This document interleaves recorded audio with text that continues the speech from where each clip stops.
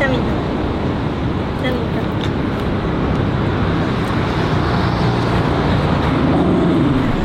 Alors, c'est clairement pas un corgi qui va me faire peur, mais je crois que c'est la première fois de ma vie qu'un chien mignon, parce qu'il n'y a que ça ici, il y a des chats, mais il y a aussi que ça ici, des chiens mignons, et je crois que c'est vraiment la première fois de ma vie qu'un chien mignon essaye de me foutre un coup de pression. Ça ne m'était jamais arrivé.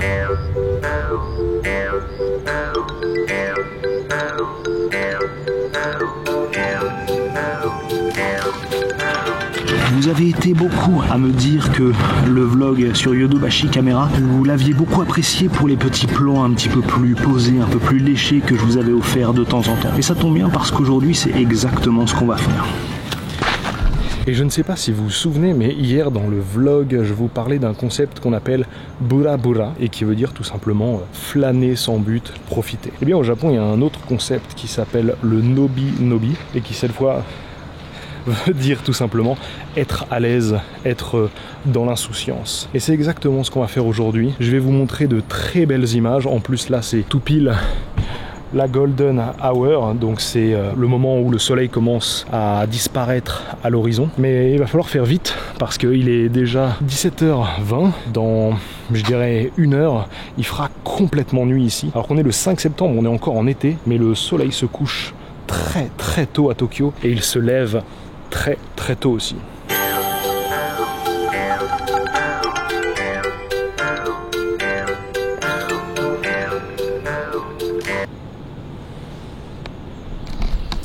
Alors la raison principale du vlog d'aujourd'hui, de toutes ces belles images, c'est déjà parce que dans le vlog où on s'est baladé un peu à Tokyo, c'est vrai que c'était extrêmement tremblotant, même la qualité de la GoPro est pas terrible, surtout à partir du moment où il fait beaucoup moins jour. Et puis surtout, vous avez été nombreux, voilà, à apprécier ce genre de petits plans, donc je me suis dit qu'aujourd'hui on ferait quelque chose de beaucoup plus tranquille, où on pourrait profiter un peu de l'atmosphère, parce que il y a quelque chose que j'ai beaucoup de mal à expliquer quand on me demande pourquoi est-ce que j'aime à ce point l'architecture, le paysage, ce que je disais dans le podcast, le keshki, le panorama tokyoïte.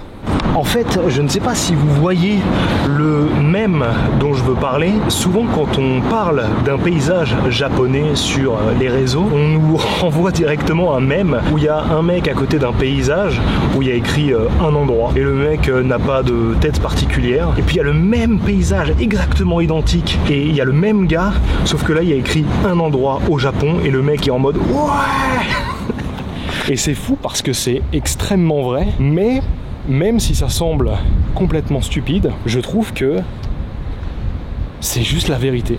Alors, c'est exactement de ça dont je veux qu'on parle aujourd'hui. C'est quelque chose que je ressens beaucoup, toute cette atmosphère, ce monde enivrant de formes, de textures, de couleurs, de tout ce que vous voulez, qu'on retrouve dans l'architecture tokyoïte et dans le paysage urbain à Tokyo. Mais j'ai envie que vous preniez aussi le temps de voir un petit peu toutes ces images et que vous me disiez en commentaire qu'est-ce que ça vous fait ressentir? Si vous aussi, cette espèce d'atmosphère un peu spéciale, unique, tokubetsu comme je disais, très utsukushi, ça veut dire beau, est-ce que vous le ressentez aussi?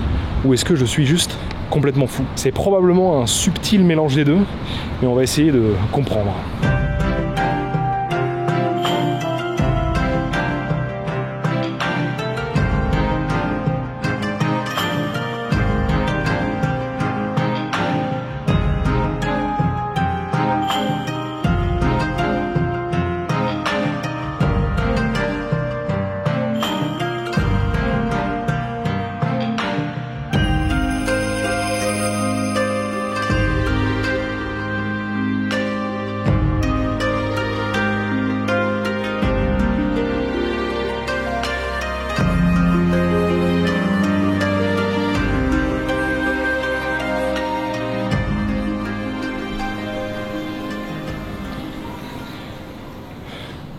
Alors je me trouve à une intersection et ça va être extrêmement facile de montrer ce que j'essaye d'expliquer. Là par exemple, ici, on a un immeuble qui a un style très spécifique, il y a même des palmiers devant et tout. Je saurais même pas vraiment dire quel style architectural c'est, mais c'est un peu brutaliste, il y a beaucoup de béton, on a un mélange avec un peu de carrelage aussi là-bas. Et ici c'est le contraire total et absolu, on a une maison qui est presque un peu occidentale, une maison un peu avec un style un peu littoral qu'on pourrait retrouver peut-être dans le sud de la France ou au contraire dans l'ouest de la France. Il y a quelque chose d'un peu balnéaire, j'ai envie de dire ici. Et tout au fond là-bas, on a vraiment un immeuble extrêmement récent, extrêmement moderne, totalement contemporain, et puis ça continue, il y en a partout. Et c'est ça qui est fascinant avec cette ville, c'est qu'en étant simplement à ce petit carrefour, ce Kossaten comme on pourrait l'appeler, c'est-à-dire le carrefour, eh ben on a des portes d'entrée sur une multitude d'univers, une multitude d'imageries cérébrales qui nous viennent en tête, plein de références qu'on a, différents films, des mangas,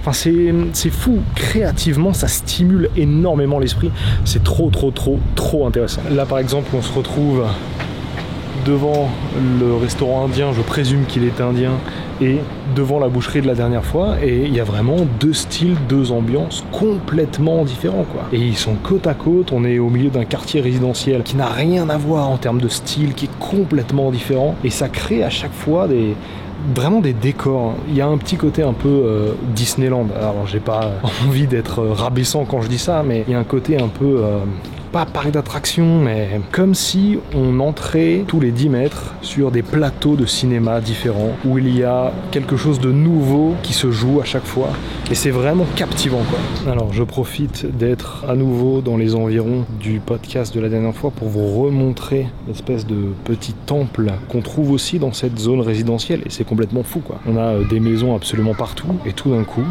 on a ça.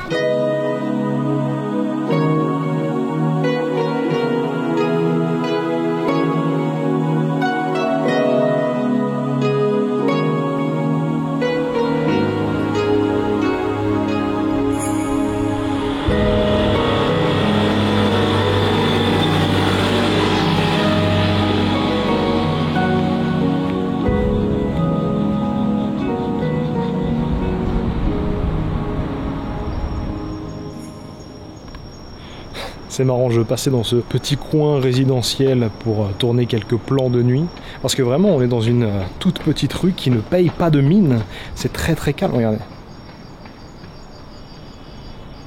En tant que dalle, et pourtant on est dans la plus grande ville du monde. Je rappelle, Tokyo c'est 20 fois la taille de Paris, et c'est tellement calme.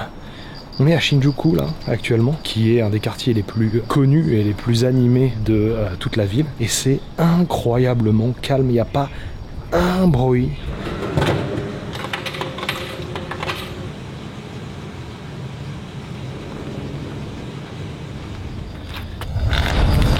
En fait, je pense que c'est vraiment ça qui est le plus marquant à Tokyo, c'est tous ces mélanges. On en a déjà parlé, la différence d'énergie, le chaos et tout ça, mais c'est vraiment perceptible. Ici, il y a vraiment quelque chose dans l'air. En même temps, c'est une ville qui n'est plus dans l'air du temps, parce qu'on a énormément de bâtiments qui datent des années 60, 70, 80 et qui sont vraiment dans leur jus, quoi. Et en même temps, c'est une ville qui est totalement dans l'air du temps, avec des gratte-ciel, des buildings extrêmement contemporain, totalement moderne, ultra moderne, méga moderne, et toutes ces conneries.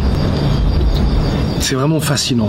Où qu'on soit, à n'importe quelle heure de la journée, quoi qu'on fasse, il y a toujours matière à observer, il y a toujours matière à réfléchir, il y a toujours matière à savourer un petit peu cet univers-là. C'est vraiment très particulier. Et j'ai beaucoup voyagé dans ma vie, mais jamais j'ai vécu ce que je vis dans cette ville-là. J'ai fait tous les coins de la France. J'ai fait le nord, le sud, l'est, l'ouest, le centre, les patelins les plus paumés de France et de Navarre. Jamais je n'ai ressenti ça. La seule fois où j'ai senti quelque chose qui est un peu similaire à ça, c'est la toute première fois que je suis monté sur Paris, que je suis arrivé devant l'Opéra Garnier et que je me suis tourné face à la ville, que j'ai eu cette espèce de waku. Ça veut dire j'étais tellement excité, j'ai frissonné de toute cette énergie. C'était absolument fascinant. Mais ça ne m'est jamais réarrivé jusqu'à présent, jusqu'à maintenant, jusqu'à Tokyo. Enfin bref, j'espère que le vlog d'aujourd'hui, qui était beaucoup plus contemplatif, beaucoup plus calme, beaucoup plus visuel, vous a plu. C'était vraiment une autre ambiance, c'était un autre rythme. Mais j'avais envie d'expérimenter ça avec vous, de partager ça avec vous, parce que vraiment c'est fou quoi.